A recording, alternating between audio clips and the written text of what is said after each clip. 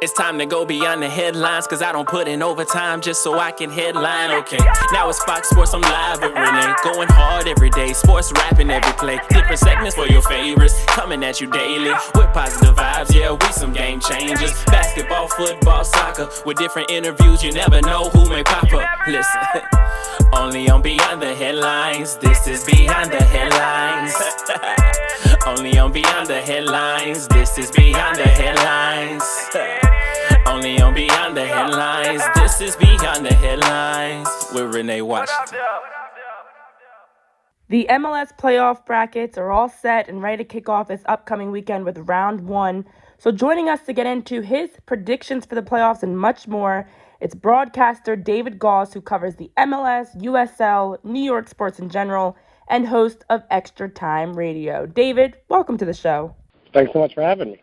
No problem. I'm excited to get into this and get your predictions and thoughts on round one or the entire playoff picture. So let's get into the first round. We know that this year we have single elimination games. We've got the top 7 teams from each conference with the number 1 seeds having a bye in the first round. So on the West, we've got Minnesota facing off against LA Galaxy, and then Salt Lake versus Portland. And we've got Seattle versus Dallas. So what are your initial thoughts on the first round in the Western Conference, and any surprises that you think, or not surprises, or who will be winning in round one? Yeah, it's going to be interesting. You mentioned with single elimination, the first year ever doing that. Soccer is an odd sport at times in single elimination. We see it in World Cups. We see it in two-legged games in Champions Leagues. A lot of times the best team doesn't always win because one goal matters so much in the way a game plays out, and so many different ways, silly mistakes, things like that goals can get scored. So I think this year is just going to be fascinating in terms of seeing how this whole thing works and what it's going to look like going forward. In the Western Conference, Minnesota hosting the LA Galaxy is probably the best matchup. You've got two teams. There's a reason they're 4 and 5. They've had really good stretches throughout the season, and they've had other times where they don't even look like playoff teams. So that's going to be really fascinating just to see how do they match up. And for Minnesota, they just built a brand new stadium. They get a great crowd in the building. They've won some big games there, so it's probably going to be one of the best atmospheres we see in the first round. So that should be a really fun one. And of course, whenever Zlatan's on the field, around the field, talking about the field, whatever it is he chooses to do, there's always a lot of fanfare around it. So that series really has a little bit of everything: big market, small market, home crowd. No one believes in us versus the favorites a lot of times in the LA Galaxy. So that matchup really has a lot going for it. And I think it's going to be pretty interesting. Yeah, without a doubt. Anytime Ibrahimovic is involved, it is always an exciting, whether it's entertaining on one way or the other, but there's always something entertaining going on. Yep. He's a talent. All right, on the Eastern side, we have Toronto facing off against DC United in that 4 versus 5 matchup. The Union take on the Red Bulls in a rivalry game, and then we've got Atlanta versus New England. So, takeaways from round one in the Eastern Conference. I think you look Atlanta, New England's probably the most straightforward game. Atlanta beat New England the last game of the regular season. They're the most talented team playing in the first round in the Eastern Conference. They're playing at home, where they've been dominant, including winning the championship last year. So heavy expectations for Atlanta to win that game. But New England, they came on late this season, and they had a really slow start, fired their manager, brought in Bruce Arena. So they have talent to win that game, but the expectation is on Atlanta. The other two are pure toss-ups. For Toronto, Josie Altidore is the big question. Of course, star of the U.S. national team, got hurt in the final game of the regular season. If he's healthy, he's still arguably as dominant as anyone in Major League Soccer in big games. If he's not healthy, right, they probably don't have enough to get over the line. So it's kind of all just waiting on those MRIs and looking at those trainers and seeing what they can do with him. And then for DC United, they've struggled, but they have Wayne Rooney. And when he's on and they're playing well defensively as a unit, it could be just enough to get them over that line. And then between Philadelphia and New York Red Bulls, there's been times where Philly looks like the best team in the league.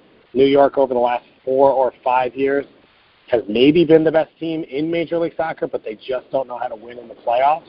So now you've got a new format. They're on the road because they're the lower seeds. so maybe less expectations. So it could be a good spot for a more experienced Red Bulls team to take advantage of a newer up-and-comer in Philadelphia. Yeah, and we talk about the change in having a single-game elimination instead of the best of two that we've seen in the past. What are your thoughts on the format, one versus the other? I know, as you mentioned, we see single-game eliminations in the World Cup, but it's not common to see in soccer or football across the world where it's one and done. You know, I'm not sure what to make of this. Yeah, I don't think any of us are until it happens. I'd say there are some things that needed to happen. One was it condenses the playoffs, so it's not this long, drawn-out process with more international breaks in it where you lose momentum and players go away and injuries and stuff like that. So I like the way it's set up, and I like the concept as well, because without having home and away, I think you give a better advantage to the higher seeds. Makes the regular season a little more valuable, especially with the first-round buys. You know, the first seeds, not only do they get a first-round bye, they then play at home 3 to 4 days after the first round happens. So the lower teams will have to play and then travel and play again on short rests, where the favorites, you know, NYCFC and LAFC will have plenty of time to be comfortable, to get healthy and stuff like that. So I think there's a lot of good parts of it. It's going to come down to, I think, a ton of drama. It's just going to be some crazy moments where teams need goals and they're just going all out, throwing numbers forward. And I think it'll end up being fun, whether the best team wins or not. I mean, you could argue in most sports that we watch that the best team doesn't always win after a playoff. Yeah, and you actually, ironically, take me right into what my next question was. With having that first-round bye, I know it's something across sports that people argue on either side. Having a bye kind of breaks up the momentum that you've built all throughout the year when you do have over a week off, versus having extra days. I mean, 3 or 4 extra days where you're not playing, where if there are guys banged up or have heavy legs, that's a good it's a time to rest and kind of regroup to refocus for the playoffs. Do you think that it'll impact the conference semifinals at all, especially with it being a single game elimination now versus a home and away, in terms of how it's going to affect round 2? I think that round 2 we won't see a huge effect. I think the gap between the top 2 teams in this league, NYCFC and LAFC, and the teams that are going to win in the 4 or 5 matchups is large enough that it won't really affect it. I think for LAFC, they've got the best coach in MLS in Bob Bradley. They're probably the best American coach of all time. I think he's going to do some really impressive stuff in this break in terms of getting his team back and settled and focused and locked into who they are and what they've done best at times throughout this year, which they've maybe gotten away from. So I think it's going to end up being good for them.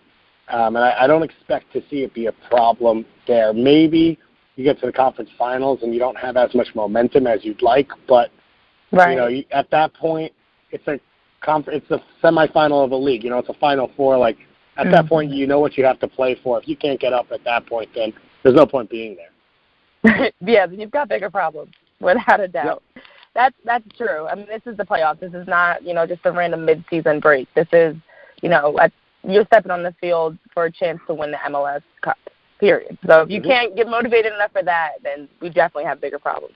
So then my question for you, are there any players, I know we've mentioned, you know, Ibrahimovic, we've mentioned Josie Altidore. Are there any other players to watch that you really think are going to step up as we get into this playoff? Of course, there's always the big names that come to mind, you know, Carlos Vela, Martinez, Rossi, those types of players. But anyone else that we're kind of overlooking possibly, or that we think is really going to shine in the biggest moment, which is now the playoffs?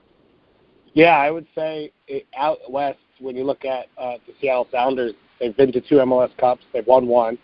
Nicolas Lodero, Uruguayan central midfielder, you know, played in Copa America this summer for Uruguay.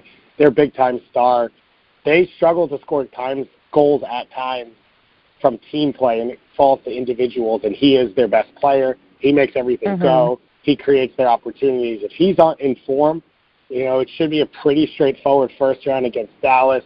Now you're probably hosting either Salt Lake in the second round, which is a nice matchup for them, or Portland, which is your big rival from up the road, who you lost to last year in the postseason. So it'll be an interesting second round, but you do avoid LAFC in that second round. So if Lodero's on his game and they cruise through the first round and they can gut one out at home. Now all of a sudden you're in the conference finals.